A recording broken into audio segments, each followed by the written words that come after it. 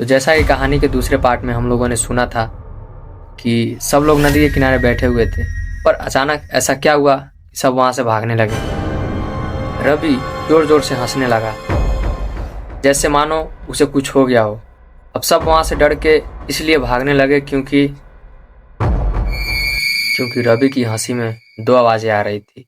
एक तो उसकी अपनी आवाज थी और दूसरी किसी और की लग रही थी। एक तो उसकी माँ पहले से ही चिंता में थी, ऊपर से ये सब देखने के बाद वो और ज्यादा डर जाती है। कुछ देर बाद माहौल शांत होता है, सब कोई सोने जाते हैं, पर नींद किसी को नहीं आती।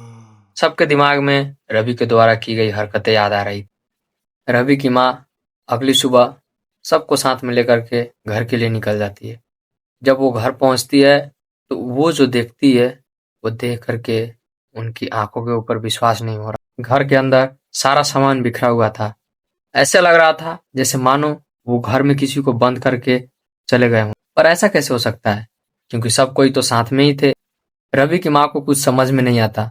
वो सोचती है कि कोई बिल्ली आई होगी और वो ज्यादा ध्यान न देते हुए सब सामानों को उसकी जगह पे वापस रख के खाना बनाने लगा। रवि कुछ ज्यादा ही थक गया था, इसीलिए वो जाकर के सो जाता है। जैसे वो बिस्तर पे जाता है उसको नींद आ जाती है।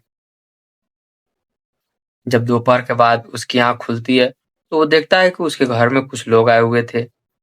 रवि जल्दी से मुंह धोकर अपने कमरे से बाहर निकलता है। रवि जैसे ही कमरे से बाहर निकलता है तो उसके घर आए हुए लोग उसे अजीब नजरों से देखते हैं,